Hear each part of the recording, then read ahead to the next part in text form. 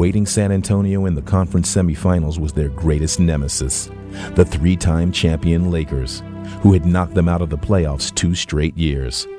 But that was all history now to the Spurs. It wasn't just going to be about, them just dominating because they showed up in the building. They were going to have to play as hard as we were in order to get victories.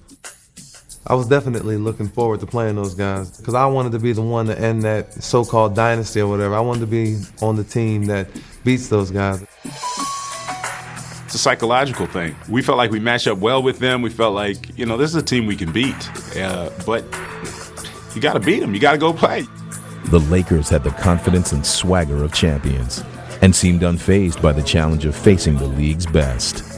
You play the game with an elegance and a grace that is a joy to behold. Congratulations, Tim Duncan, 2002-2003 NBA Most Valuable Player. The honor for Duncan only seemed to provide extra fuel for Shaquille O'Neal. Here's Shaq. Shaquille O'Neal powering his way to the basket. And the series began with a familiar sense of frustration for the Spurs. Stops everybody on the board. We want to push it. Let's push it at him. But Tim Duncan was ready to show the Lakers that this year would be different. Duncan for the power jam with the right hand. I'd say the crowd is back into it.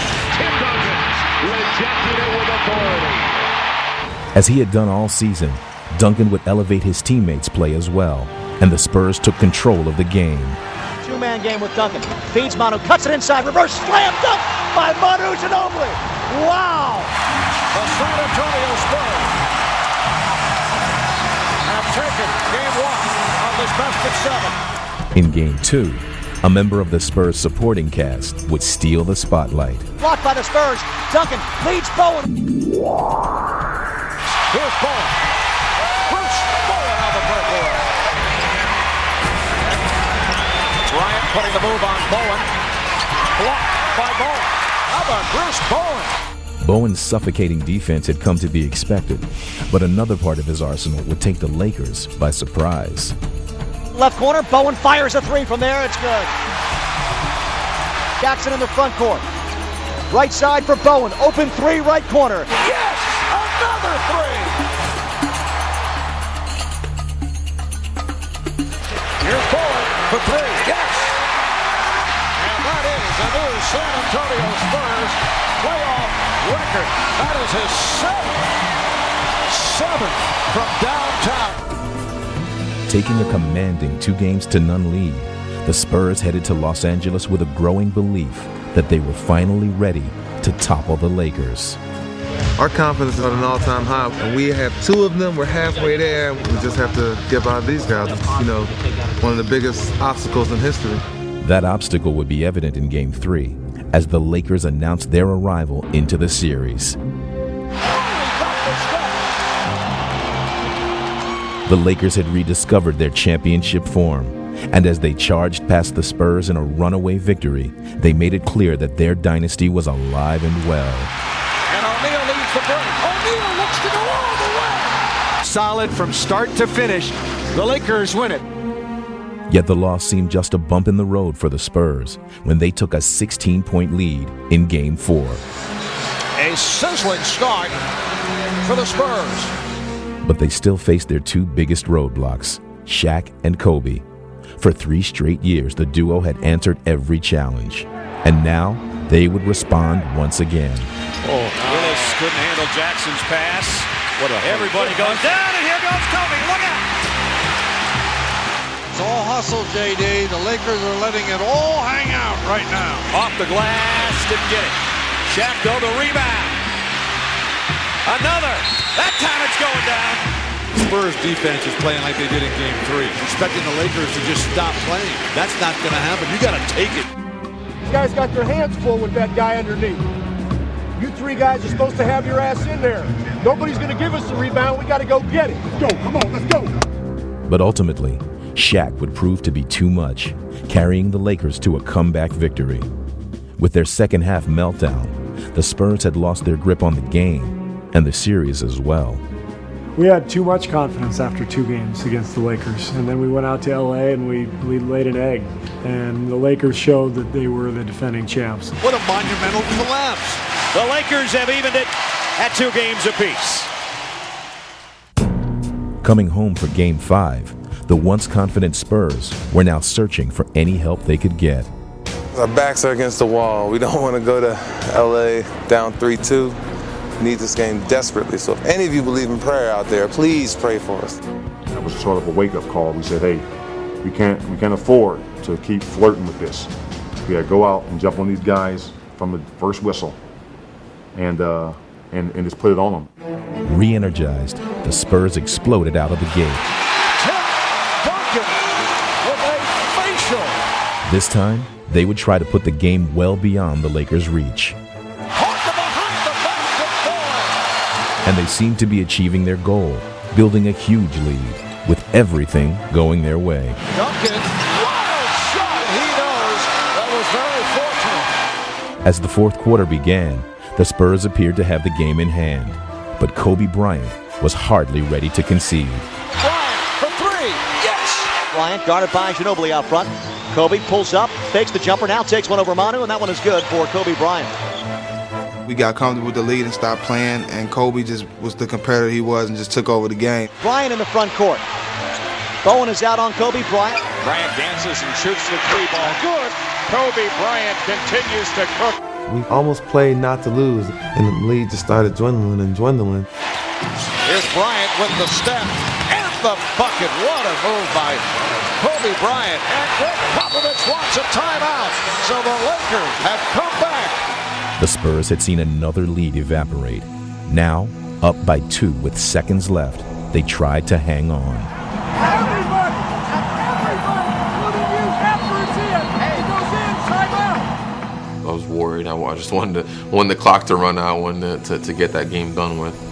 The Spurs would gather themselves for one last stand, trying desperately to avoid another late-game collapse. Shaq up high, played by Robinson. Down to 10.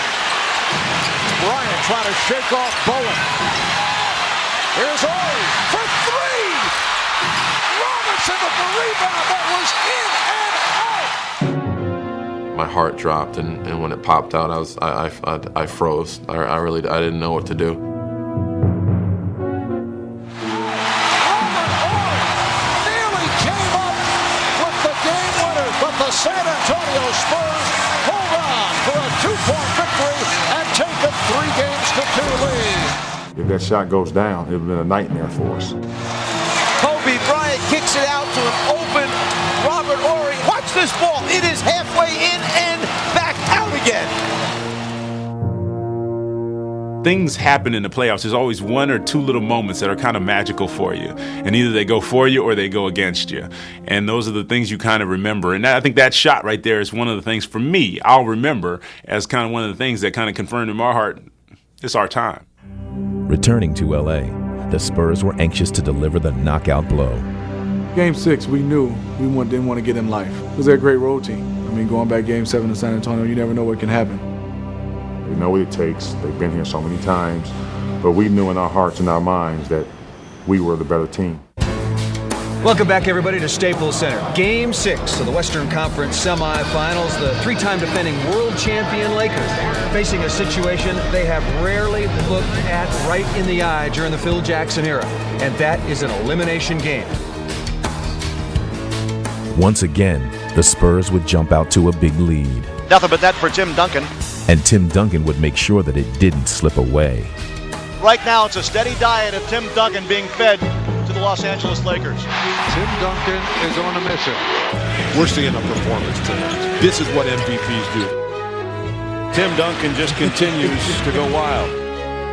They did that normal switch, putting Shaq on Timmy. And when Timmy went to work on him, everybody just followed suit. And I don't think Shaq or the Lakers were ready for that. Tony Parker takes a 3 and Willis slams it home. Throw it down. We were ready. We didn't want to give them a chance. Ginobili is guarded by Kobe Bryant, screened by Duncan. Manu takes it all the way inside, off balance. Layup is good. It's all San Antonio. They're pounding the Lakers. This is a blowout. It really is. It's 22 right now. We kind of put it together. Got to the point where we said, you know what, this isn't going to happen again. And as they dominated the Lakers, the Spurs sent an unmistakable message. Until you kind of shut that door with no question on their home floor, I think, that there's always going to be questions about who we are. It left no doubt in anyone's mind that we were the better team. Finishers with class. That's right. No huge celebration, none of that. One guy else is going to be all game. He's been bugging me all game. Finishers got it. Okay, thanks. Derek Fisher and the rest of the Lakers knows that it's over. The San Antonio Spurs are headed to the Western Conference Finals, and the Lakers' run at the top of the NBA is over. This is going to go down as the greatest victory in the history of the Spurs organization. And we beat them, and saw the way they left the court, and it was just a great feeling. It was a great feeling beating them. We've been put down by these guys last couple of years, so that in itself was big for this team, for me, not ending another season to them. Winning was something that we needed to do. We needed to get over the hump and get that monkey off our backs. So it was a special series for us.